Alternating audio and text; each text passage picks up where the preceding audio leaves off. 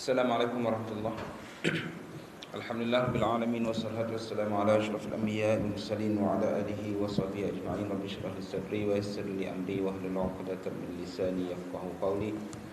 Subhanaka la 'ilma lana illa ma 'allamtana innaka antal alimul hakim. Wa la haula wa la quwwata illa billahil 'aliyyil 'azim. Alhamdulillahi rabbil alamin.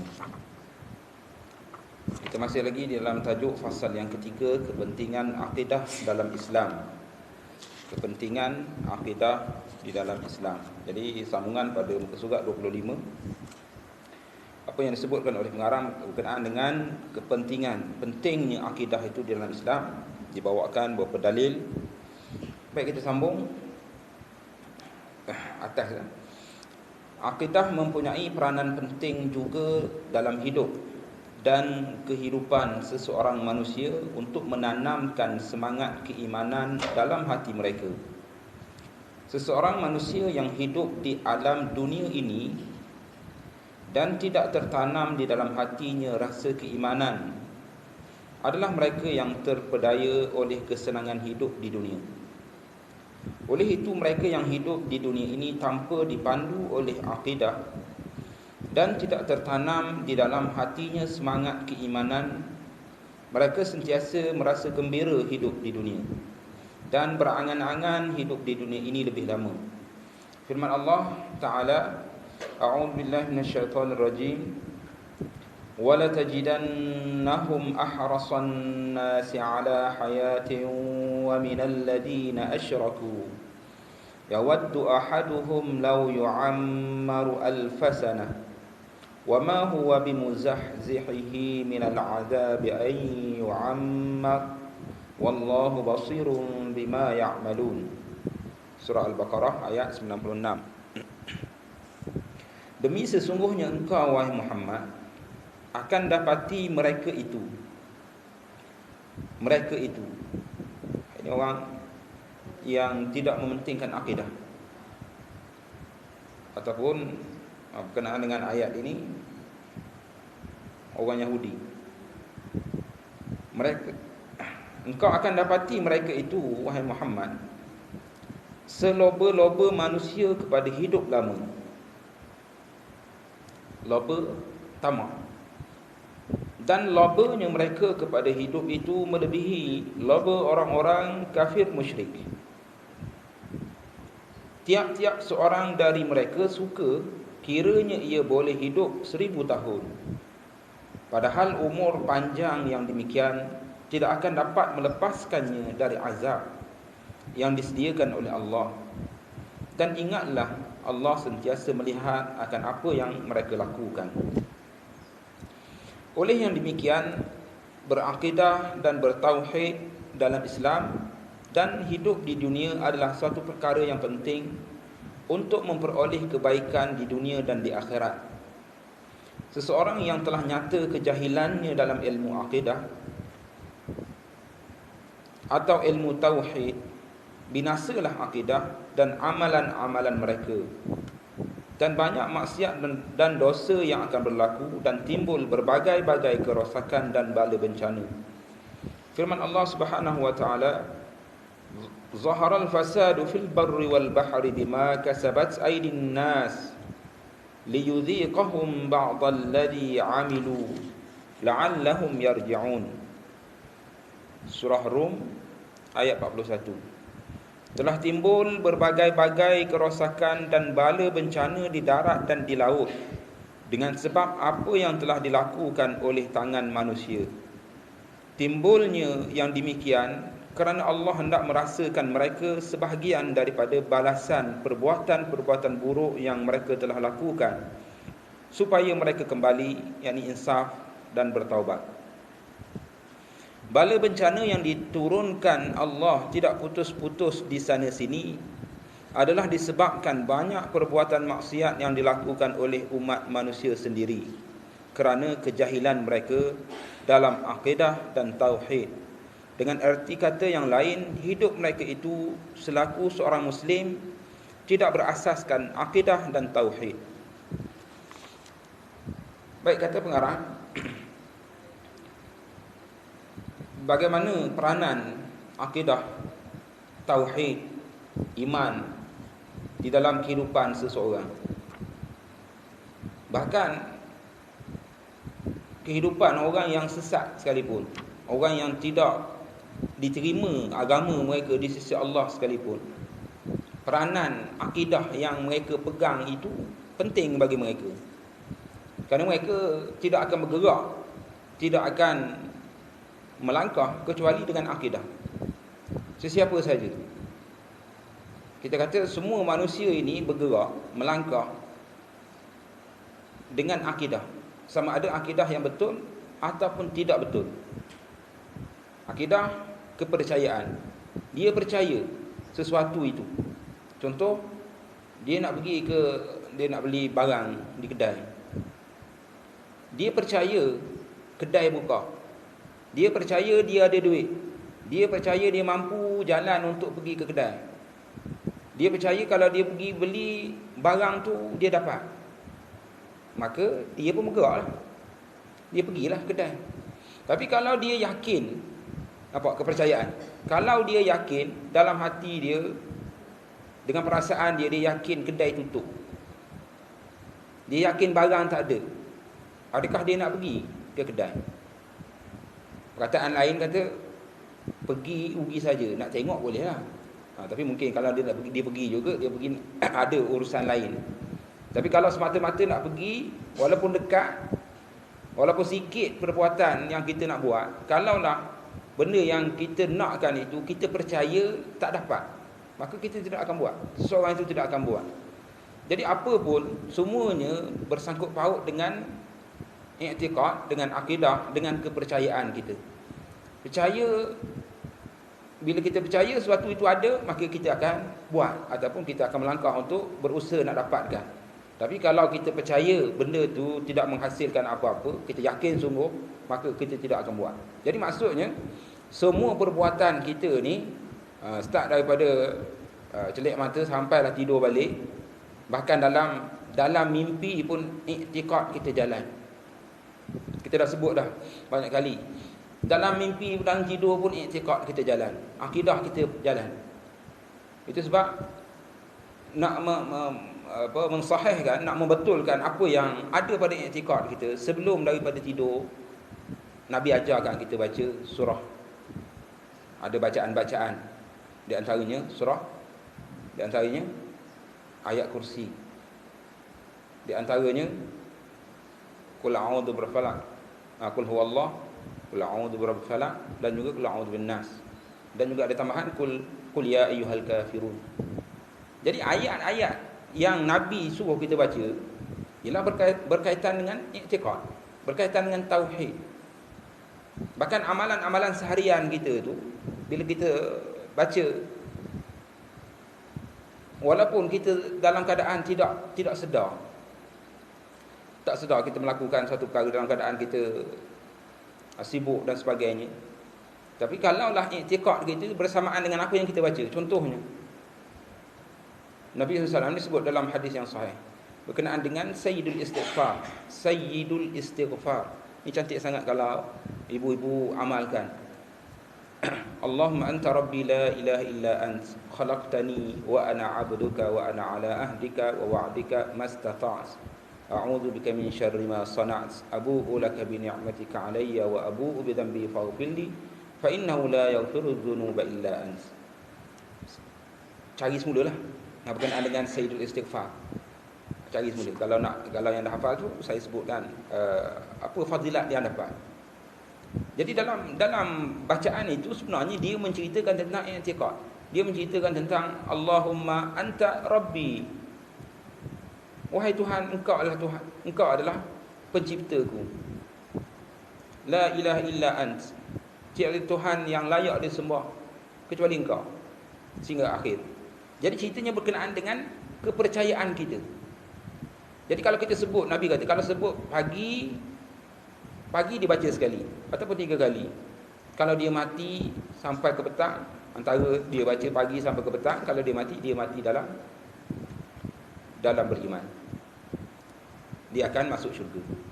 Kalau dia baca petang, maka bacaannya itu laku Selagi mana dia tidak murtad, selagi mana dia tidak syirik, bacaan itu laku sampai ke subuh, sampai ke pagi, sampai ke pagi. Bacaan yang sekali ataupun 3 kali itu. Jadi kalau dia mati dalam keadaan itu, dia akan mati dalam keadaan beriman. Dan dia layak untuk masuk syurga. Sebab apa? Apa yang kita baca itu, walaupun kadang-kadang kita tidak faham apa yang kita baca, tapi bila Nabi beri fadilat, beri kelebihan, maka kalau kita buat, kita faham ke tak faham, ke asal kita buat, Allah akan bagi. Allah akan tunaikan apa yang dijanjikan oleh Nabi SAW. Iaitu di dalam sana bacaan itu adanya kalimah-kalimah tauhid. Jadi kalau kita memahami apa yang kita baca, itu lebih cantik. Itu berkenaan dengan tauhid ini. Jadi siang malam, pagi petang, bahkan dalam tidur sekalipun, maka tauhid kita jalan. Tauhid itulah yang menggerakkan kita. Ia datang berkumpul petang ini, kita muzakarah, memperingati balik ilmu-ilmu kita. Kerana apa? Kerana kita ada satu kepercayaan. Tak kiralah kepercayaan kita dapatkan sesuatu daripada sudut pahala ke, daripada sudut ukhuwah ke, daripada sudut apa, kita percaya akan dapat. Itu sebab kita datang. Tapi kalau kita tak percaya, cuba tanya, petang semalam ada bagi tak? Petang semalam ada bagi ke masjid? Pukul 3 gini. Tak ada? Saya nak tanya tu. Mak kata siapa yang ada. Nak tanya itulah, sebab apa tak datang? Sebab kita percaya tak ada orang. Boleh? Sebab kita percaya tak ada orang, kita datang buat apa? Yelah, kita nak i'tikaf ke, itu lain cerita. Tapi sebab apa kita tak datang? Sebab kita ada satu kepercayaan.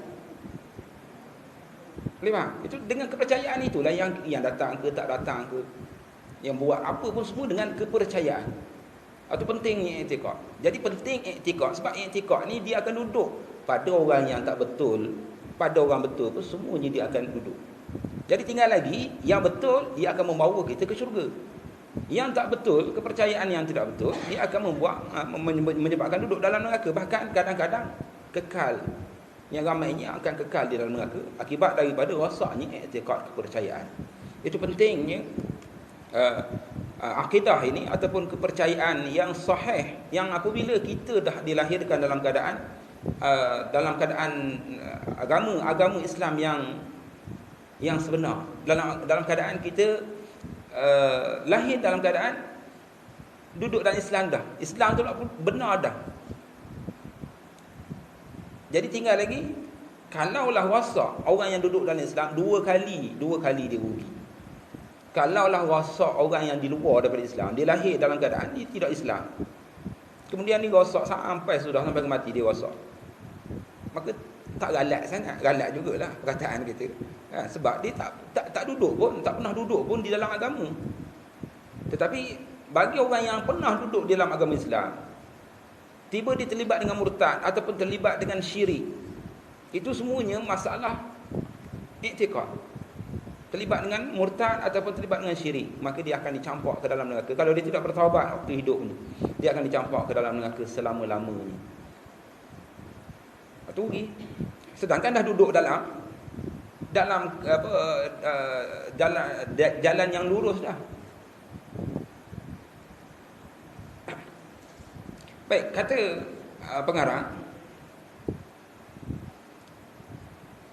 orang yang hidup yang tidak dipandu dengan i'tikad yang betul, maka dia akan ada i'tikad ataupun kepercayaan yang tidak betul.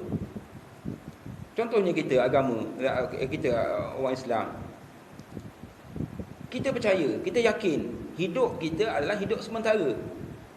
Kita yakin. Dan kita yakin, sebab apa kita yakin dengan perkara itu? Sebab kita dapat daripada sumber yang yakin. Kita dapat daripada sumber yang sahih. Siapa nak petikai Al-Quran? Tak ada siapa yang berani nak petikai Al-Quran. Allah panggil apa? Allah bagi cabaran kepada manusia. Lau kana min 'indi ghairillah lawajadu fihi ikhtilafan katira. Al-Quran ini kalau kamu dapati dia ni bukan daripada Allah, niscaya kamu akan dapati banyak penyimpangan. Banyak benda yang berlawanan. Baca ayat ni dia kata gini, baca ayat ni kata gini. Itu nak menunjukkan bahawa Al-Quran datang daripada Allah. Dan apabila disebut Al-Quran berkenaan dengan kematian umpamanya, apa yang berlaku selepas daripada kematian, kehidupan semula, kebangkitan, sirat dan sebagainya, maka kita percaya. Maka bagi kita yang percaya tentang perkara itu, maka kehidupan kita di dunia ini dikontrol, dipandu, dijaga oleh kepercayaan kita itu. Bagi orang yang tidak percaya benda tu, dia dengar-dengar ya ke tidak tak tahu. Nak percaya pun dia kata daripada sumber yang dia dapat pun daripada tok nenek dia. Tok nenek dia kata hak ni. Tok nenek belah perempuan dia kata gini pula. Jadi dia pun nak percaya tak tahu mana satu. Akhirnya rasa-rasa benda tu macam tak ada. Maka perbuatan dia dekat dunia ni dia tidak dikontrol dengan kepercayaan dia tentang pembalasan. Kita percaya tentang adanya pembalasan. Buat baik dibalas baik, buat jahat dibalas jahat. Itu yang kita pegang dalam i'tikad kita. Jadi oleh kerana itu, walaupun kita duduk seorang-seorang, walaupun kita beramai, walaupun kita di mana saja, kita dikontrol oleh kepercayaan ini. Jadi bagi orang yang tidak ada kepercayaan begini, Allah nukilkan, Allah sebutkan cerita mereka ni macam mana keadaan. Iaitu, biar kita tengok ayat yang pengarang bawakan. Ini cerita tentang orang Yahudi. Demi sesungguhnya engkau wahai Muhammad akan dapati mereka itu setamak-tamak manusia kepada hidup lama. Orang yang paling tamak nak hidup lama lah. Tamak loba tu maksudnya dia nak hidup lama. Walaupun dia tahu dengan pandangan dia, dengan tilikan dia, dengan apa yang berlaku sehari-hari, dia tengok. Tetapi dia masih lagi tamak. Sehingga ada satu harapan dalam hati ni, kalau boleh, Allah sebut ni, kalau boleh mereka ini, bahkan Allah sebut orang Yahudi, dia ada maklumat. Dia tak macam orang musyrik. Orang Yahudi dia ada maklumat. Dia ada kitab langit, kitab yang diturunkan kepada bangsa Yahudi, kitab Taurat. Mereka ada Taurat. Kisah dia, benda yang dibawa sama je, berkenaan dengan Allah, berkenaan dengan hari kiamat, semua sama dengan Al-Quran. Jadi mereka ada maklumat, mereka ada ilmu. Jadi Allah sebut di sini, kamu akan dapati orang yang paling loba, orang paling tamak, iaitu orang Yahudi. Bahkan Allah kata tamak mereka itu lebih daripada kafir musyrik.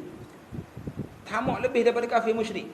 Kafir musyrik ini tidak ada maklumat tentang hari kiamat, tentang akhirat. Dia tak ada maklumat. Jadi orang yang ada maklumat ni, kalaulah salah dia guna maklumat yang ada tu, maka menyebabkan dia lebih teruk daripada golongan musyrik. Apa yang Allah Ta'ala sebut, tiap-tiap seseorang dari mereka suka kiranya ia boleh hidup 1000 tahun. Kalau boleh nak hidup 1000 tahun, mereka nak hidup 1000 tahun. Kalau kita tanya pada orang yang ada kepercayaan dan juga logik akal, kepercayaan i'tikad, kita tanya, nak tidak awak hidup 1000 tahun? Kalau dia jawab nak tu, kita katalah macam ni, mungkin dia tak tahu. Tapi kita pelik lah. Kata kalau 1000 tahun orang boleh hidup, 120 tahun, tak ada dah zaman ni umur 120 tak ada dah orang yang 120. Baik, cuba kita fikir, kalau yang ada umur 120, masyarakat kita ada yang umur 120 sekarang ni, agak-agak macam mana hidup ni?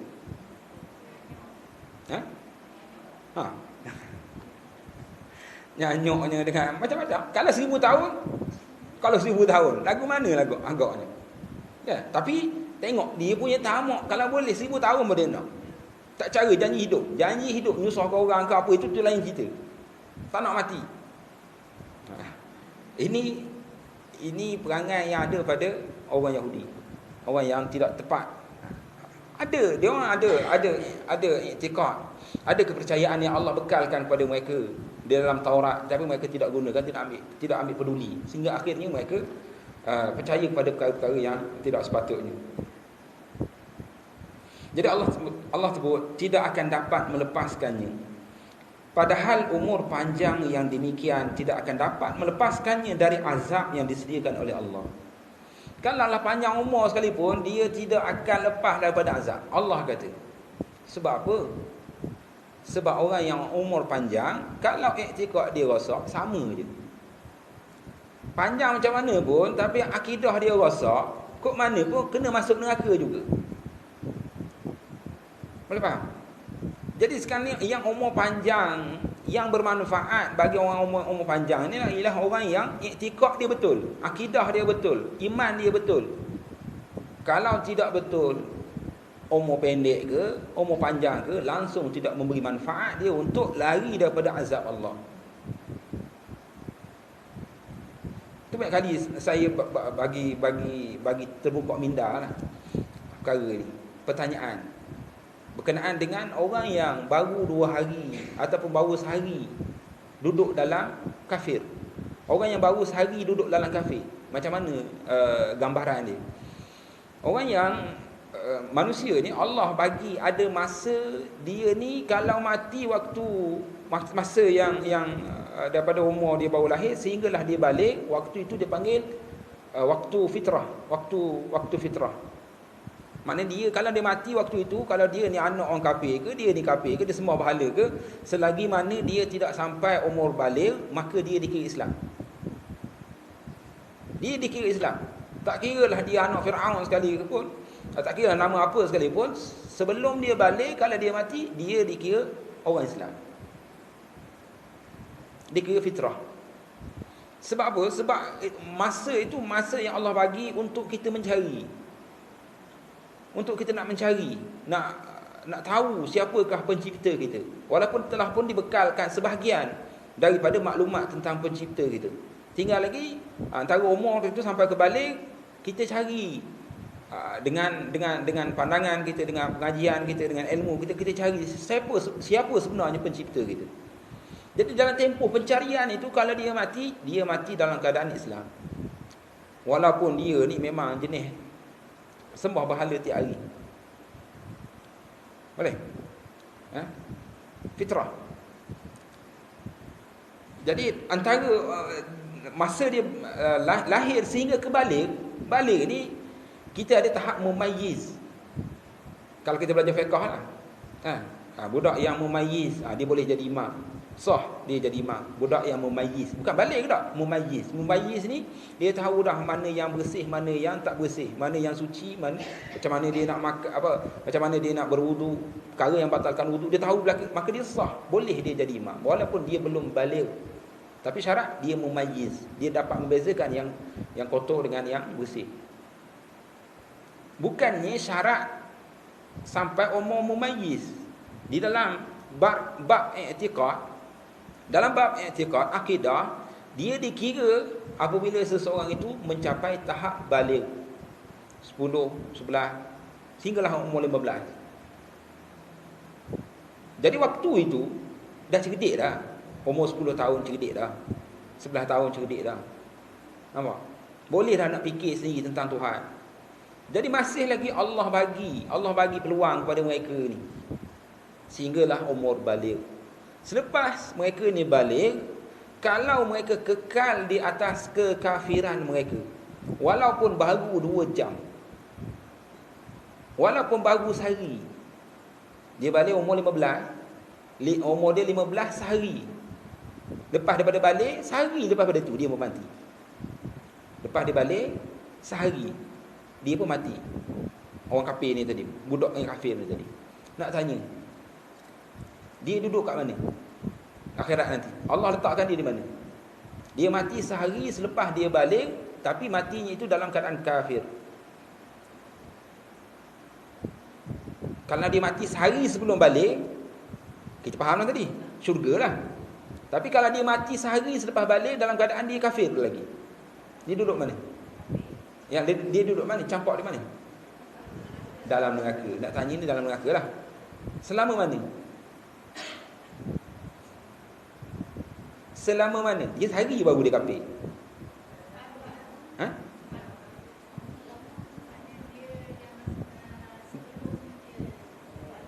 Dia duduk dalam neraka selama mana? Allah campak dia dalam neraka. Dia mati dalam keadaan kafir baru sehari. Selama-lamanya. Boleh? Setuju? Setuju. Cuba kita fikir dengan akal kita. Baru sehari kafir, mati masuk neraka, duduk selama-lamanya. Agak-agak zalim tak Tuhan? Jangan kata zalim, tapi nak tanya, nak fikir. Ya, kalau buat zalim kan jadi sama macam hak orang tu juga. Dia sehari baru duduk dalam keadaan kafir, maka dicampur dalam neraka selama-lamanya. Berbanding dengan seorang lagi, dah 70 tahun dah dia kafir. Mati dalam keadaan kafir. Duduk mana? Duduk dalam neraka. Berapa lama? Selama-lamanya.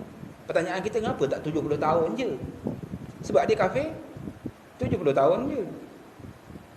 70 tahun dia kafir, kemudian kalau contohlah kita kata akal kita nak berfikir. Sepatutnya pada pemikiran yang salah lah ni. Jangan pegang pula. Sepatutnya 70 tahun lah. Lepas pada dah 70 tahun dia kena bakar. Lepas pada tu habislah dosa dia. Tapi dia akan dicampur dalam neraka, duduk dalam neraka selama-lama. Walaupun dia baru sehari duduk dalam kafir, dia mati kafir, ataupun 70 tahun dia kafir dan dia mati dalam keadaan kafir, sama saja hukumnya, duduk dalam neraka selama-lamanya. Sebabnya, ni nak sebut sebab dia lah yang boleh kita nampak. Ini ayat ni sebut. Wa ma huwa bimuzahzihihi minal azabi an yu'ammar. Tidak akan dapat melepaskannya daripada azab yang disediakan oleh Allah sekiranya umur dia panjang sekalipun. Kalau umur dia panjang sekalipun, yang kata mati umur 70 ni tadi, takdirnya Allah bagi dia umur 1000 sampai 1000 tahun, nak tak dia masuk Islam? Orang kafir hak mati umur 70, kalau dia hidup umur 80, dia masuk Islam ke tak? Tak juga. Kalau umur dia 200 tahun, dia masuk Islam ke tak? Tak. Kalau umur dia 1000 tahun, masuk Islam ke tak? Tak juga. Kalau dia umur dia selama-lamanya pun, dia tidak akan masuk Islam. Faham? Begitu juga orang yang mati baru sehari dalam kafir ni tadi, budak ni tadi baru sehari dalam kafir, dia mati selepas balik sehari, tapi mati dalam keadaan kafir, maka dicampur dalam neraka selama-lamanya juga. Sebab Allah mengetahui kalau dia hidup selama-lamanya, dia akan kekal di atas kekufuran. Boleh? Allah tahu kalau dia hidup selama-lamanya, dia akan kufur juga. Umur yang 70 pun sama juga. Umur yang 1000 tahun pun sama juga. Kalaulah takdirnya orang yang hidup, orang yang kafir ni hidup selama-lamanya, dia tidak akan sekali-kali akan cari Tuhan yang sebenar. Tetap dia akan sesat. Itu sebab kalau dia mati umur 70, kafir pun duduk kekal selama-lamanya. Hak ni umur mati sehari dalam keadaan kafir pun kekal selama-lamanya. Cuma daripada segi tahap kena azab itu mungkin kurang sikit. Sebab yang baru sehari ni tadi, dia tak banyak sangat buat benda jahatnya. Sebab dia baru sehari hidup, baru sehari dikira. Tapi yang paling jahatnya apa? Paling jahatnya ialah dia tidak kenal pencipta dia. Setelah diberi peluang selama antara dia lahir sehingga balik, dia tak jumpa nak cari. Padahal kalau nak cari, tak payah kata 5 tahun, 10 tahun. Kalau nak cari, pada 2 jam, sejam pun, kalau betul-betul nak, dia akan jumpa. Setuju? Tak pun nampak lagi. Akan datang insya-Allah kita akan nampaklah sikit-sikit berkenaan dengan falsafah tu. Banyak falsafah yang saya sebut tu. Ya. Jadi dalam ayat ini disebut, kalaulah mereka umur panjang sekalipun, tidak akan dapat melepaskan mereka daripada azab yang disediakan oleh Allah Subhanahu Wa Taala, dan ingatlah Allah sentiasa melihat akan apa yang mereka lakukan. Kemudian ayat yang kedua bawah tu Allah sebut timbulnya kerosakan di dunia, timbulnya kerosakan di laut dan di barat, di darat dan di laut, di darat dan di laut dengan sebab apa yang dilakukan oleh tangan manusia. Sebab apa? Sebab mereka ini ada kepercayaan yang tidak tepat. Ada kepercayaan yang tidak tepat, i'tikad yang tidak betul, akhirnya mereka merosakkan diri mereka sendiri, merosakkan akan kehidupan mereka, dunia mereka. Orang yang i'tikad rosak, akidah dia salah, kepercayaan dia salah. Ada tak di antara kita ni, minta maaf kalau sebut ni, kalau ada contoh-contoh yang terkena lah. Adalah di antara orang di dalam Pahang lah kita sebut. Dia bakar rumah dia sendiri. Ha? Tak ada. Kalau dia bakar, kita nak kata benda ke dia? Tak ada perkataan yang sesuai kecuali kita kata gila lah. Gila bakar rumah sendiri. Mungkin dia ada kepercayaan. Dia bakar tu dia ada kepercayaan dia. Sebab dia itu pula benda dia lah. Tapi kita yang akal waras ni kita kata memang gila lah. Itu sebab tak ada hak berlaku macam tu.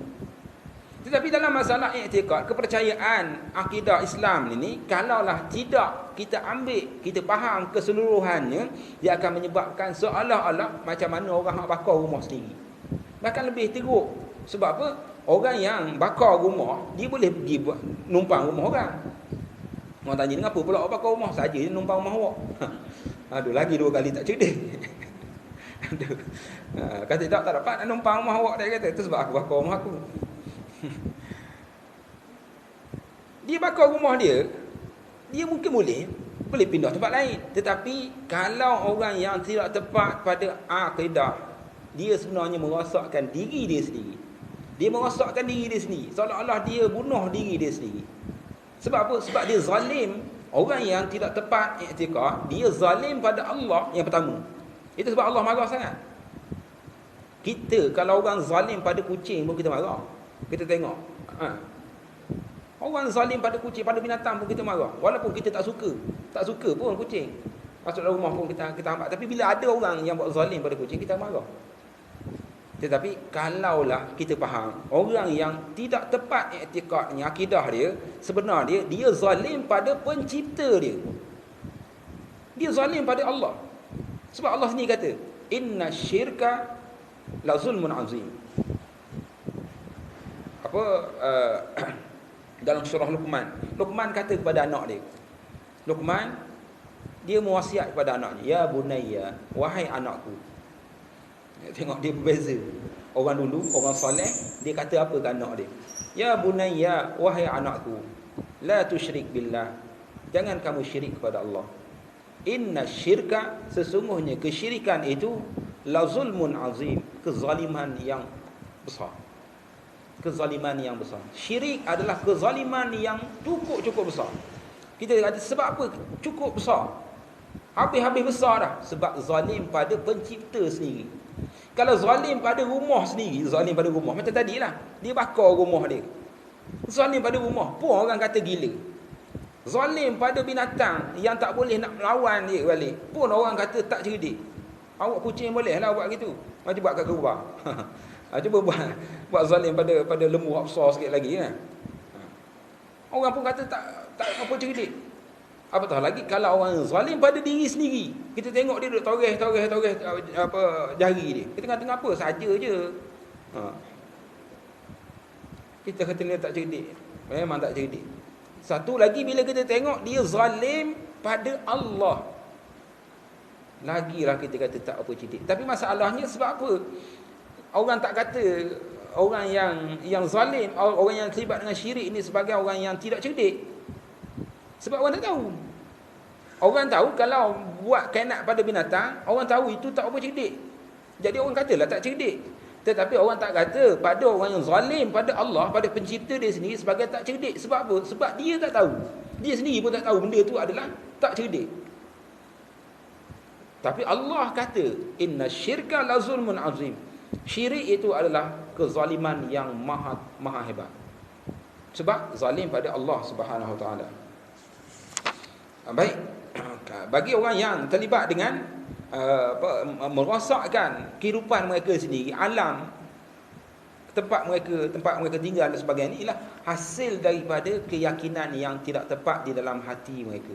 Jadi sekarang ni kita ni nak ceritanya, penting ke tidak akidah? Ya, penting. Akidah yang macam mana? Akidah yang Allah turunkan, Allah tetapkan kepada kita, suruh kita percaya.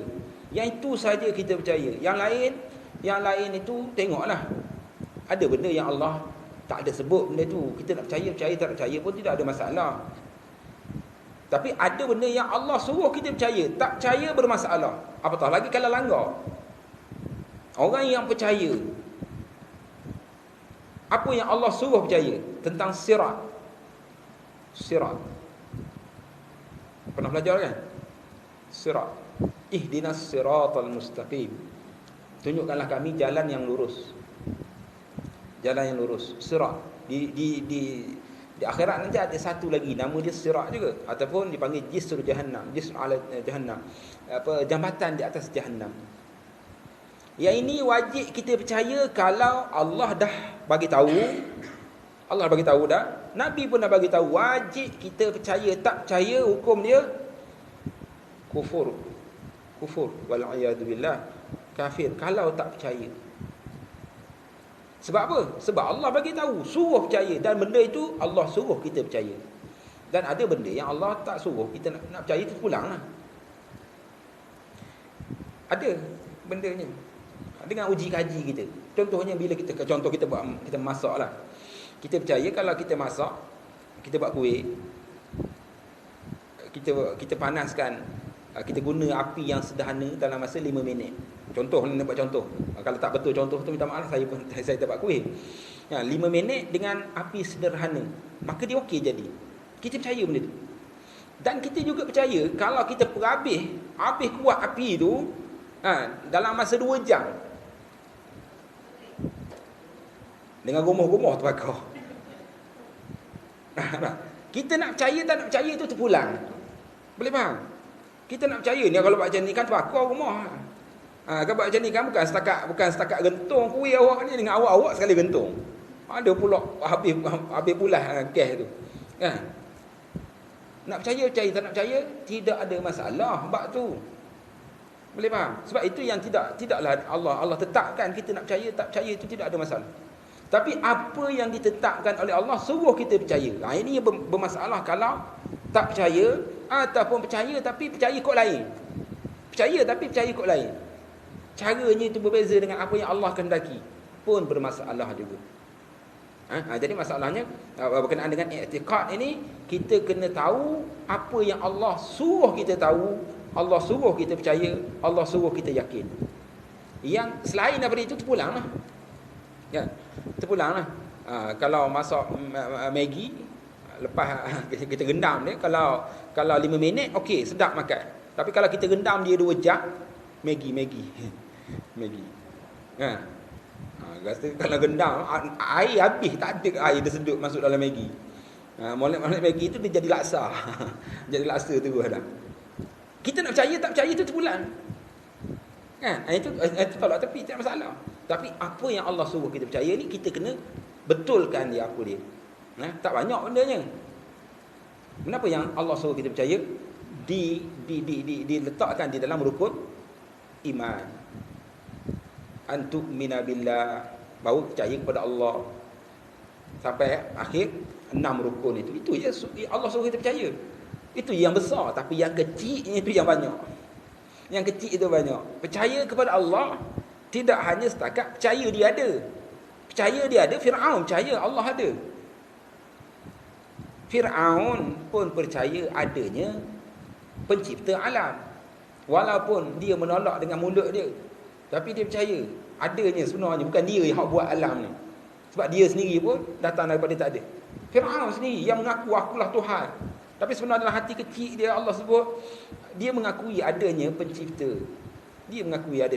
Bukan hanya kita percaya Allah tu ada. Bukan hanya kita percaya bahawa Allah berkuasa. Banyak lagi benda yang kita kena percaya berkenaan dengan beriman kepada Allah. Sifat-sifat dia, perbuatan-perbuatan dia. Jadi kita kena nak percaya, kena belajar dulu. Tak belajar macam mana nak percaya? Nak percaya, kita kena tahu. Kalau tak tahu, macam mana kita nak percaya? Jadi kena belajar berkenaan dengan sifat Allah, kena belajar berkenaan dengan sifat Rasul, berkenaan dengan kitab-kitab, berkenaan dengan malaikat, dengan qada dan qadar. Qada dan qadar. Perkara penting. Nabi sebut 2 kali dalam hadis tu. Nabi menggunakan perkataan pada antu'mina billah, bahawa engkau beriman kepada Allah dan malaikat dan kitab dan rasul, dan bahawa engkau beriman, sekali lagi Nabi gunakan perkataan, dan bahawa hendaklah kamu beriman dengan qada dan qadar. Jadi dalam masalah qada dan qadar juga banyak benda perlu kita pelajari. Sebab Kataan Nabi tu seolah-olah dia ada perbezaan di antara beriman dengan perkara lain berbanding dengan beriman pada Allah dan juga hari akhir ataupun qada dan qadar. Baik. Selesai berkenaan dengan tajuk besar tadi. Kepentingan akidah dalam Islam, kepentingan akidah dalam Islam. Nah, kemudian kita masuk yang seterusnya, membentuk diri manusia di dunia dan di akhirat. Membentuk diri manusia di dunia dan di akhirat. Dengan akidah, dengan i'tiqad, dengan kepercayaan, dengan tauhid yang sebenar. Tauhid yang sebenar. Maksudnya tauhid yang sebenar tentang Allah. Apa yang Allah kata, kita kata. Apa yang Allah nafikan, kita nafikan. Apa yang Allah tak kata, kita tak kata. Allah kata dia esa. Qul huwallahu ahad. Kita katalah Allah esa. Allah kata dia tidak ngantuk dan tak tidur. La ta'khudhuhu sinatun wala naum. Dia tidak mengantuk dan tidak tidur. Kita pun katalah dia tidak ngantuk dan dia tidak tidur. Dan ada perkara-perkara yang Allah tak kata ya dan Allah tidak kata tidak. Kita pun kena macam tu juga. Kita kata aku tak tahu hak ni. Allah tak sebut. Allah tak ada kata ya, Allah tidak menetapkan dan Allah tidak menafikan. Sama.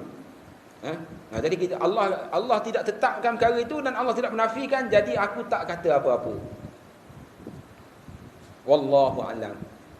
Tapi bila Allah kata sesuatu, kita pun kata sesuatu. Bila Allah tak kata sesuatu, kita pun tak kata sesuatu. Bila Allah menafikan sesuatu, kita menafikan sesuatu tentang Allah Subhanahu wa taala. InsyaAllah kita akan belajar lagi. Masuk dalam tajuk beriman kepada Allah. Jadi dengan keyakinan yang tepat itulah yang akan membentuk diri seseorang itu di dunia dan juga di akhirat. Kita tengok orang yang jadi baik, orang yang baik. Sebab apa dia baik? Sebab apa dia tu pilih nak jadi baik?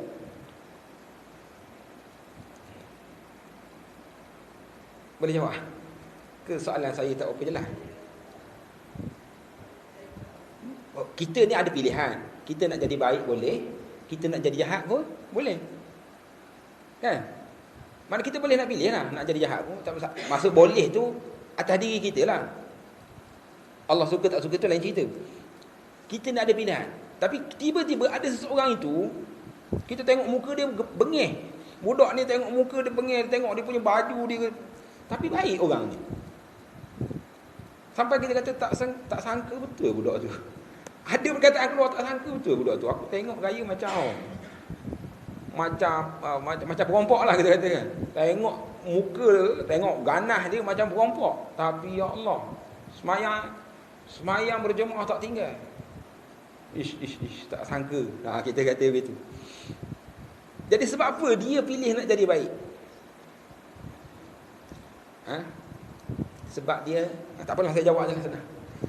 Sebab dia ada keyakinan, dia buat baik, dibalas baik. Tak? Tak kira lah, maknanya dia buat baik tu sebab dia nak menunjuk pada orang. Itu lain cerita lah. Dia nak menunjuk pada orang, sebenarnya dia adalah bendanya. Adalah benda yang dia nakkan itu. Dan dia akan dapatkan daripada kebaikan yang dia buat itu. Rupanya bila kita sidik-sidik, rupanya dia ada benda lain. Dia mari 3-4 hari masjid, apa tu dia hilang dengan tabung-tabung sekali hilang. Hari kedua orang geleng kepala belaka dah. Tak sangka dengan azannya, dengan apanya duduk belakang imam. Rupanya hari kelima hilang tu. Nak ceritanya berkenaan, kalau dia pilih nak jadi baik sebab apa? Sebab dia ada kepercayaan dengan kebaikan yang dia buat itu dia akan dapat balasan. Orang yang pilih nak jadi jahat, dia ada dalam hati dia kepercayaan dia tidak ada balasan apa-apa. Kalau aku buat jahat pun tak ada siapa yang nak percaya. Itu sebab dia buat jahat. Dia kekal di atas kejahatan dia. Dia percaya walaupun salah benda tu. Dia percaya mana tidak akan dibalas. Baik, mungkin soalan yang pernah banyak kali dah saya tanya pun, tapi nak bagi nampak. Kita permulaan ni kita bagi jelas tu. Apa contoh dia? Perompak. Dia ni dah banyak kali dah dia merompak, dia berjaya. Setiap kali dia merompak dia berjaya. Memang dia dah kaya. Tak habis makan dah perompak ni. Tak habis pakai dah. Untuk 7 keturunan ni dah siap, dah banyak dah. Tapi dia, oleh kerana dia ni suka merompak, dia pergi merompak juga lah. Hari tu dia tak pergi merompak. Kita tanya dia, ngapa pula malam dia tak pergi? Aku yakin, aku percaya, tempat aku nak merompak tu ada polis tunggu. Boleh faham? Sebab apa dia tak pergi merompak? Sebab dia yakin ada balasan. Balasan apa? Balasan buruk. Kalau dia pergi juga, memang kena. Polis dah tunggu. Perampok, orang jahat macam mana sekalipun, kalau dia ada satu keyakinan, yang dia buat begitu begini, benda tu yang akan menyebabkan dia jadi punah, dia jadi rosak, dia tak akan buat benda tu je lah. Benda hak lain mungkin dia akan buat. Contoh yang perampok ni tadi, kita tengok semua dia pergi, dah kaya dah, tapi satu malam tu dia bercadang-cadang nak pergi, tak pergi. Kita tanya, ngapa tak pergi? Dia kata, aku yakin sebab polis dah tahu perancangan aku ini, dan aku yakin dia dah tunggu siap-siap dekat bank aku nak pergi tu. Jadi kita dapat satu keputusan, dia tak pergi malam tu sebab kepercayaan dia adanya balasan buruk yang akan dia terima pada malam itu. Sebab dia dah ada maklumat. Boleh faham tak tu? Sebab apa yang sebelum ni dia pergi semua? Sebab dia percaya kalau dia pergi, polis tak akan tangkap dia. Itu sebab dia berjaya semua. Ya. Yeah.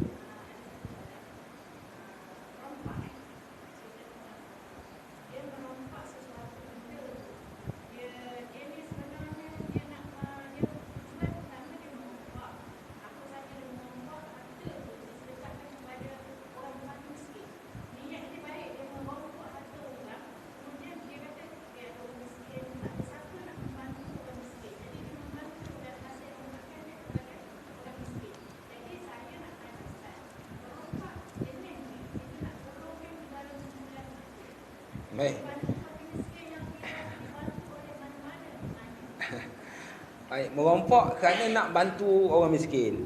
Niat dia baik, perbuatan dia tak baik. Niat tidak akan dapat mengubah apa-apa kejahatan. Niat yang baik tidak akan dapat mengubah apa-apa kejahatan. Boleh faham? Itu dia perkataan dia. Niat yang baik saja tidak akan dapat mengubah apa-apa kejahatan. Jadi maksudnya, kejahatan tidak akan dapat diubah dengan niat yang baik. Dia dapat pahala. Dia dapat pahala, tapi pahala hak dia buat tu lagi, dosa yang dia buat tu lagi besar daripada pahala yang dia buat. Cara lain ada kan? Cara lain ada. Kecuali tak ada cara lain itu wallah alam, saya tak tahulah. Tak ada cara lain dah. Itu satu-satunya cara untuk nak orang dah nak mati dah. Mungkin ada perbahasan yang berbeza lah. Tapi kalau ada lagi cara lain, maka tidak boleh ambil cara yang haram dengan niat yang baik. Itu sebab tak bolehnya berubat dengan benda yang haram selagi mana ada benda yang halal. Walaupun kita niat nak berubat, itu satu benda yang baik. Niat kita nak berubat benda yang baik. Tetapi benda yang haram itu tetap haram. Niat saja tidak akan dapat mengubah benda yang haram jadi halal, selagi mana ada yang halal. Tapi bila dah tak ada yang halal, maka waktu itu dia akan dibukakan. Al-amru idza daqa ittasa'a. Ini perkataan ulama lah. Kaedah dia, sesuatu itu kalaulah dia itu dah sempit, diluaskan sedikit. Itu sebab bagi orang yang dah hampir nak mati sangat, tidak ada apa makanan, dalam keadaan darurat, maka dia dibenarkan untuk makan sekadar melepaskan nyawa dia untuk hidup sahaja, walaupun makan bangkai. Tapi kalau ada lagi hal lain, dia tidak boleh buat lah. Cara macam itu. Kisah apa Robin Hood kan? Mana merompak bagi pada orang miskin, tak boleh. Tak boleh, maksudnya tak boleh dengan niat yang baik itu tidak dapat mengubah sesuatu yang jahat. Baik, kita kembali semula pada tajuk yang kecil ni. Dia kata membentuk diri manusia di dunia dan di akhirat. Maksudnya dengan i'tikad yang betul, dia akan dapat jadikan seseorang itu terpelihara di dunia dan juga terpelihara di akhirat. Dengan kepercayaan, dengan keyakinan kepada Allah, dia akan menyebabkan masyarakat jadi baik. Dengan kepercayaan yang tepat kepada Allah, dengan bersungguh-sungguh, dengan kepercayaan 100%, masyarakat jadi baik. Kita kat sini ada setengah-setengah tempat, bila orang azan, kedai tak tutup. Tuan kedai, tokai kedai pergi ya sembahyang Jumaat. Kedai emas ke kedai belian ke apa tak tutup. Orang pergi sembahyang Jumaat. Sebab apa yang boleh jadi begitu? Ada boleh jaga ya, mula-mula adalah boleh jaga. Sebab kepercayaan kepada Allah. Tapi kita sembahyang Jumaat, datang sembahyang Jumaat pakai selipar Jepun, balik tak ada. Balik hilang selipar Jepun. Sebab apa? Kita tak tahulah.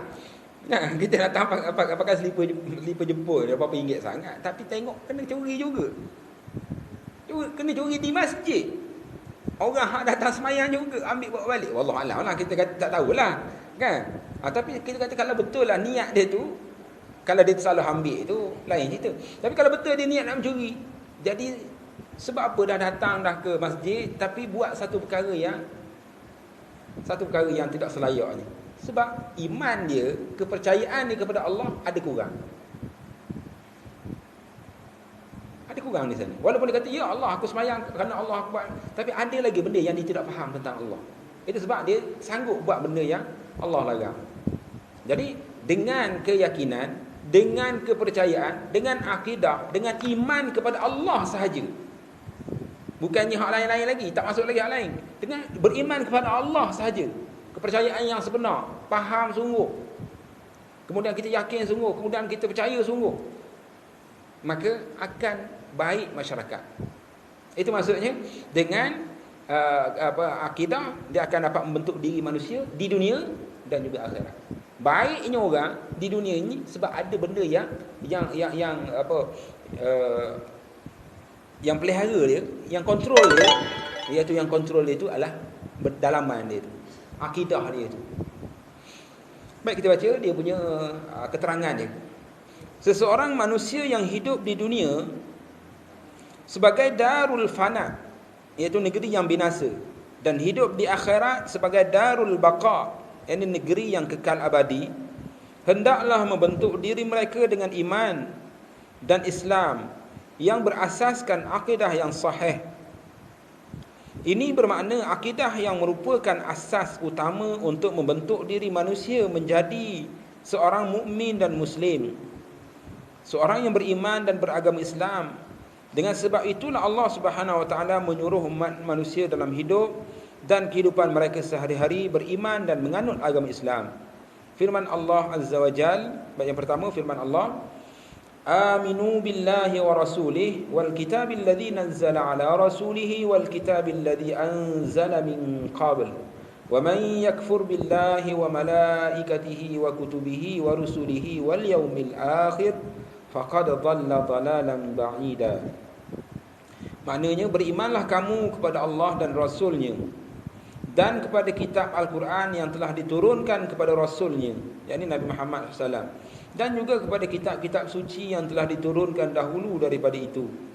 Dan sesiapa yang kufur, ingkar kepada Allah dan malaikatnya dan kitabnya dan Rasulnya dan juga hari akhirat, maka sesungguhnya ia telah sesat dengan kesesatan yang sejauh-jauhnya. Baik, ayat yang kedua, fa'aminu billahi wa rasulihi wan nuril ladzi anzalna wallahu bima ta'maluna khabir. Surah At-Taghabun. Berimanlah kamu kepada Allah dan Rasulnya serta kepada penerang cahaya Al-Quran yang kami turunkan, dan ingatlah Allah amat mendalam pengetahuannya akan segala yang kamu kerjakan. Ayat yang ketiga, firman Allah, aminu billahi wa rasulihi wa anfiqu mimma ja'alakum mustakhlafina fihi falladhina amanu minkum wa anfaqu lahum ajrun kabir. Berimanlah kamu kepada Allah dan Rasulnya dan belanjakanlah pada jalan kebaikan sebahagian daripada harta benda pemberian Allah yang dijadikannya kamu menguasainya sebagai wakil. Maka orang-orang yang beriman di antara kamu serta mereka membelanjakan sebahagian daripada harta itu pada jalan Allah, mereka tetap beroleh pahala. Jadi kata pengarang itu sebab Allah suruh kita beriman, Allah suruh kita menganut Islam, dan juga kita disuruh untuk beriktikad dengan iktikad yang sahih sebagaimana ayat-ayat yang dikemukakan tadilah. Baik, kita tengok pada satu ayat iaitu dalam surah An-Nisa yang pertama yang dibawa tadi. Allah Taala kata berimanlah kamu kepada Allah dan Rasul. Ini arahan aminu. Aminu maksudnya ialah berimanlah kamu. Berimanlah kamu ni maksudnya percayalah kamu. Percayalah kamu ini maksudnya hendaklah kamu belajar untuk nak dapatkan kepercayaan itu. Ini orang ramai yang tak apa jelas. Dia kata hendaklah kamu beriman. Beriman tu apa? Beriman tu percaya. Oh, percaya. Percaya tu dimulakan dengan ilmu. Satu kepercayaan yang tepat tidak akan tepat kalau tidak dimulakan dengan ilmu. Kepercayaan yang karut, dia boleh marilah. Sebab karut ni, belah kiri ke belah kanan ke, jatuh bawah ke apa, semua dia karut. Belah kiri karut, belah kanan karut, belah atas karut, bawah karut. Jadi kalaulah dia belah kanan, dia karut juga. Kalau dia belah kiri, karut juga, tapi cara belah kiri. Tapi yang tepat ialah yang lurus. Jadi nak tahu yang lurus, kena nak beriman, nak percaya kepada yang lurus, kena belajar. Kalau tak belajar, jadi tak akan dapat orang tu lalu di jalan yang lurus. Jadi dia akan sama ada dia jatuh ke kiri, sama ada dia jatuh ke kanan, ataupun dia jatuh ke depan ke bawah. Maka dia tetap dalam kesesatan. Jadi perkataannya aminu billah, hendaklah kamu beriman kepada Allah, iaitu dalam kurungan hendaklah kamu belajar tentang Allah untuk kamu beriman. Untuk nak beriman kepada Allah, kena belajar tentang Allah. Walaupun Allah kata berimanlah kamu kepada Allah, aminu billah, berimanlah kamu kepada Allah. Jadi kita kata macam mana aku nak beriman kepada Allah? Cara dia ialah dengan belajar tentang keimanan kepada Allah, barulah dapat beriman kepada Allah. Faham tak tu? Ada orang yang pasang angan-angan, ataupun dia menggunakan perkataan yang umum saja. Kita tanya seseorang, awak beriman tak dengan Allah? Awak percaya tak kepada Allah?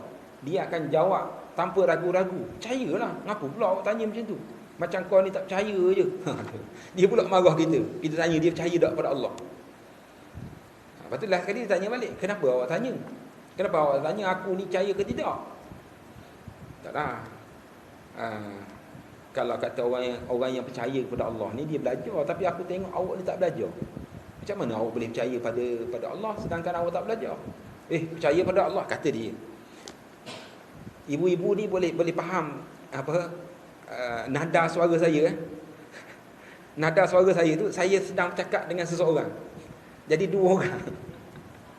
Faham faham tak? Takut tak faham. Ni apa benda cerita ni? Hilanglah cerita. Jadi kita kata pada dia, aku tengok awak kata awak percaya pada Allah, tapi awak tak belajar. Macam mana awak boleh nak percaya pada Allah? Nak percaya pada Allah tak payah, dia kata. Kita percaya gitu jelah. Percaya gitu. Bila kita tahu Allah tu dia ada, Allah tu dia yang mencipta, dah lah. Jadi kita kata kalau macam tu Firaun pun percaya pada Allah. Kita kata kat dia, kalau setakat awak kata tahu Allah tu ada dan tahu Allah tu yang mencipta, setakat tu awak kata itu beriman kepada Allah, Firaun pun beriman kepada Allah.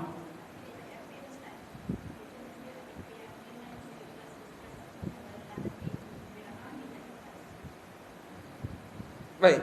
Kalau ikutkan nak kata percaya, Firaun pun percaya adanya Tuhan. Percaya apa?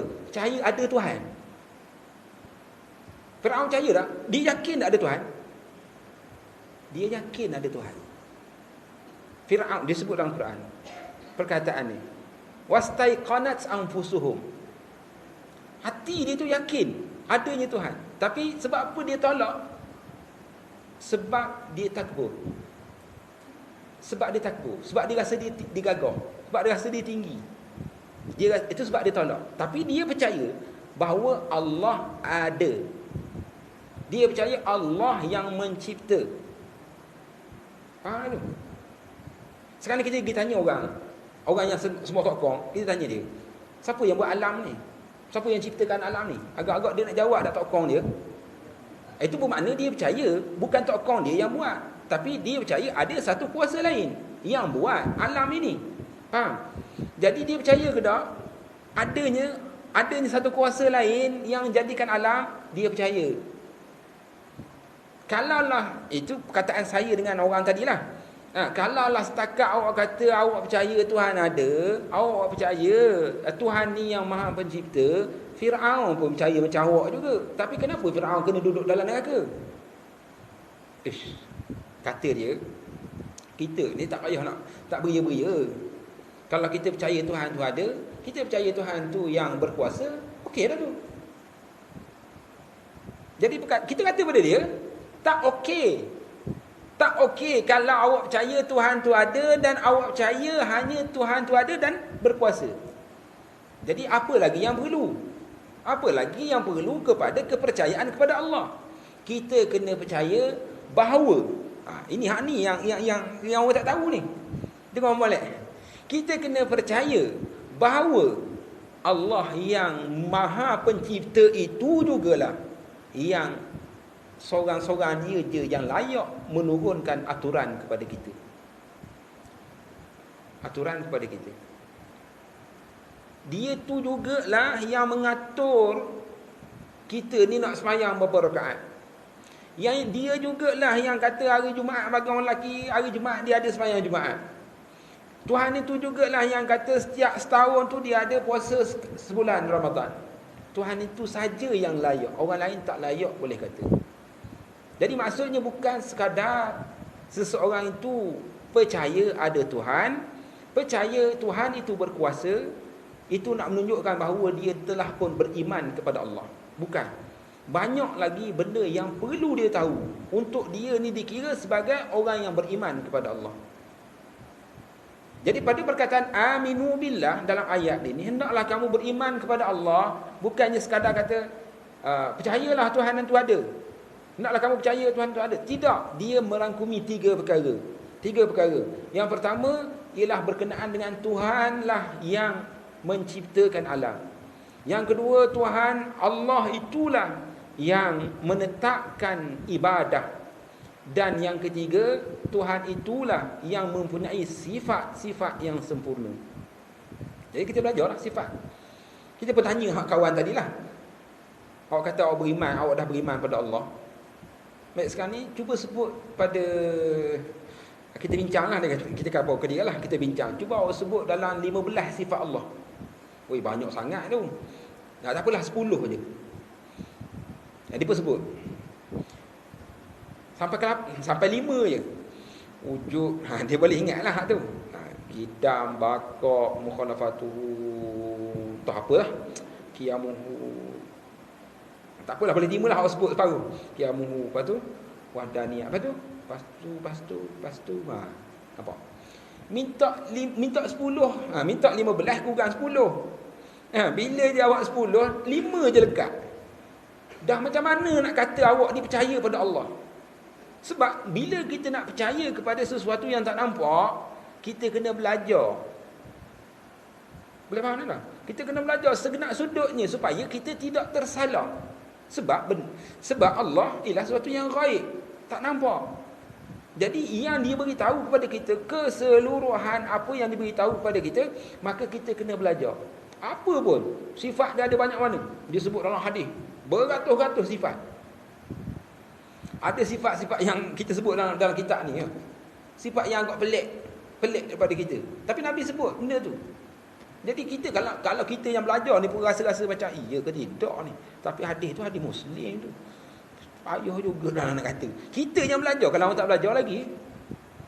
Nah, wadaniyat, kan setakat wadaniyat ni, kudrah dah hilang dah. Kudrah kita pun bantulah lagi lepas kudrah ira. Iradah. Betul lah tu dia kata. Dan satu-satu nak ajar. Tapi dia kata, aku beriman kepada Allah. Bila kita tanya, awak beriman kepada Allah, dia marah kita pula. Dia marah kita, kenapa awak tanya begitu? Seolah-olah aku ni tidak beriman kepada Allah.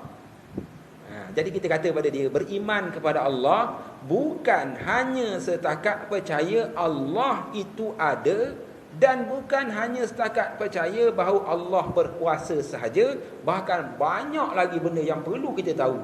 Pada beriman kepada Allah sahaja pun banyak dah kena tahu.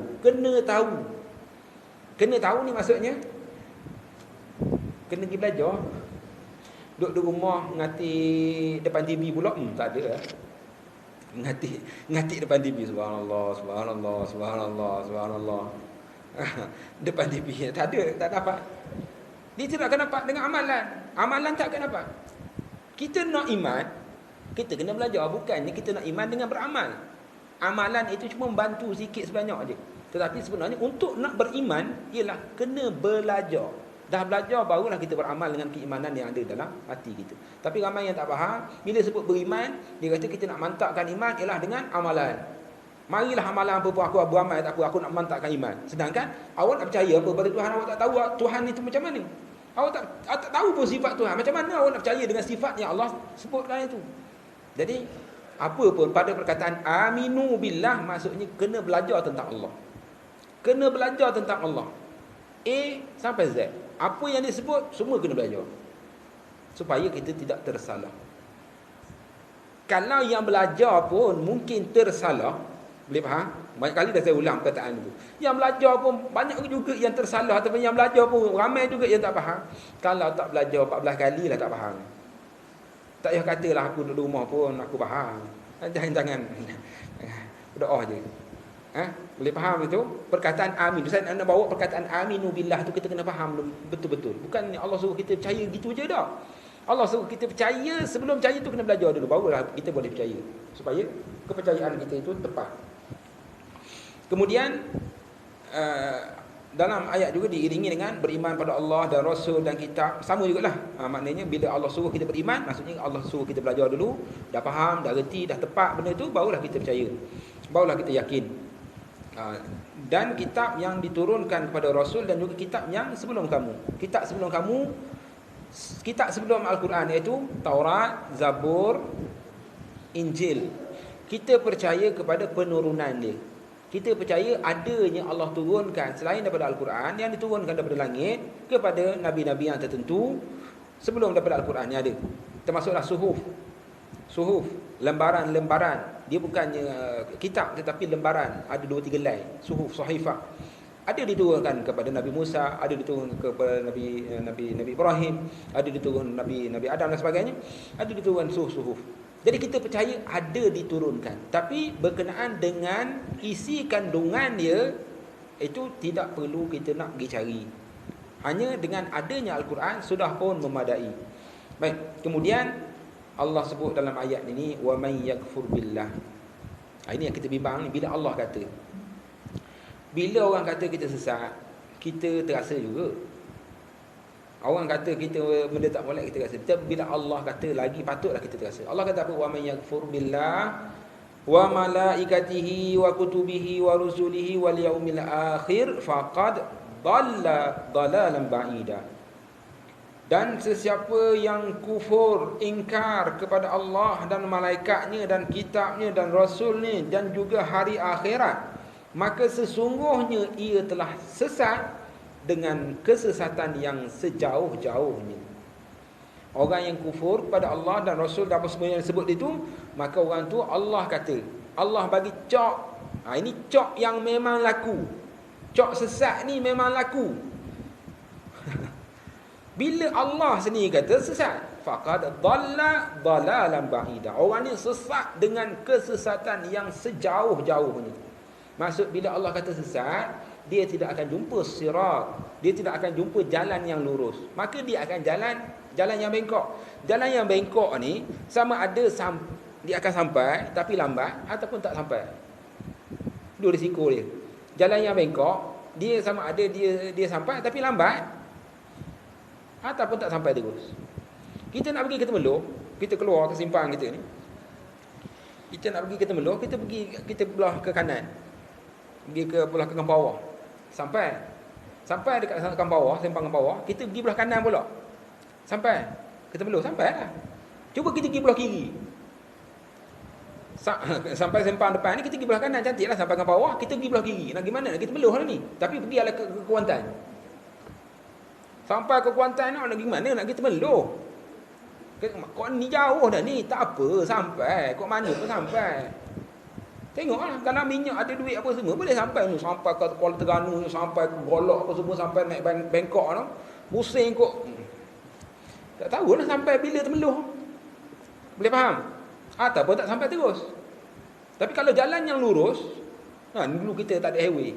Nak sampai ke Temerloh mungkin dalam setengah jam, 40 minit. Tapi sekarang ni 10 minit boleh sampai.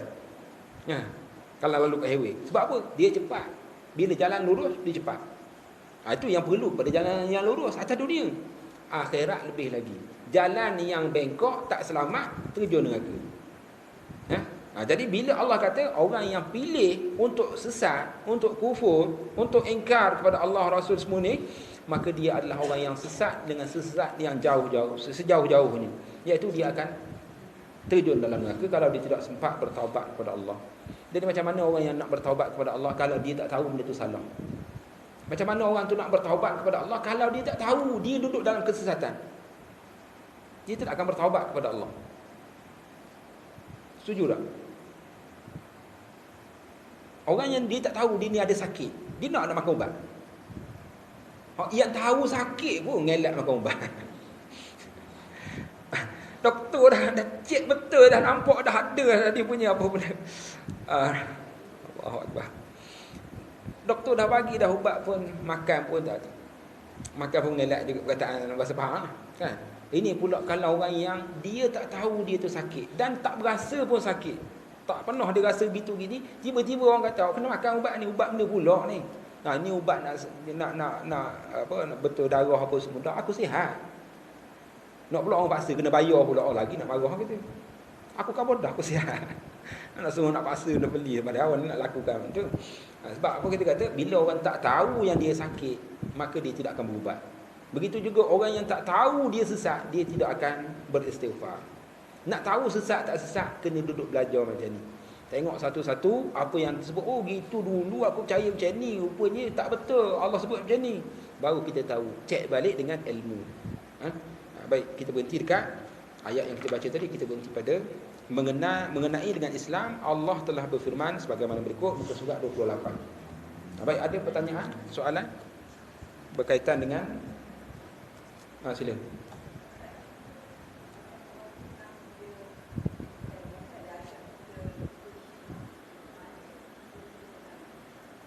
Orang ajak ke Syiah.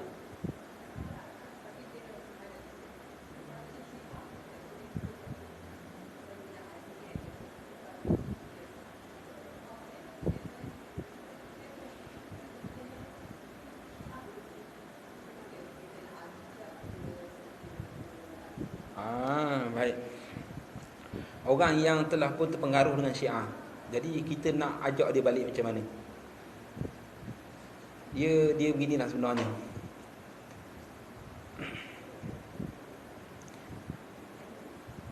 Kalau kita nak ajak dia belajar duduk dalam majlis macam ni, dia tidak akan duduk. Dia akan banyak bincang ni. Memang cabaran besar bagi kita kalau kita nak selamatkan dia.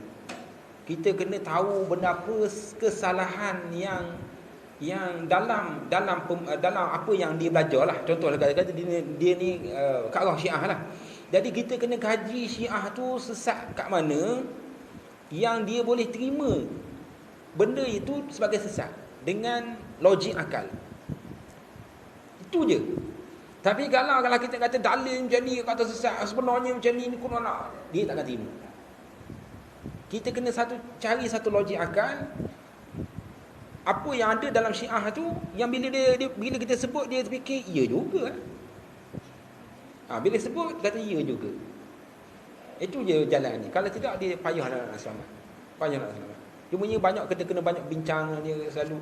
Kena banyak sabarlah dengan orang yang dah terlibat dengan ni. Dah tentu dia tak akan suka duduk dengar dalam majlis ilmu yang tepat macam ni.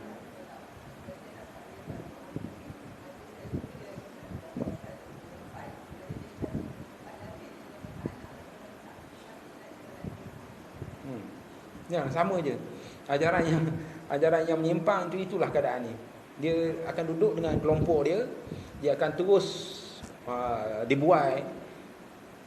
Jadi kita yang nak selamatkan ini agak sukar, kecuali kita ni memang ada kehendak sungguh, sebab mungkin dia saudara kita ke tu. Kalau orang-orang tu rasa cepat kalah lah kita ni. Ya, sebab memang cabaran itu sebab orang yang sebab dia lagi seronok dalam ajaran dia.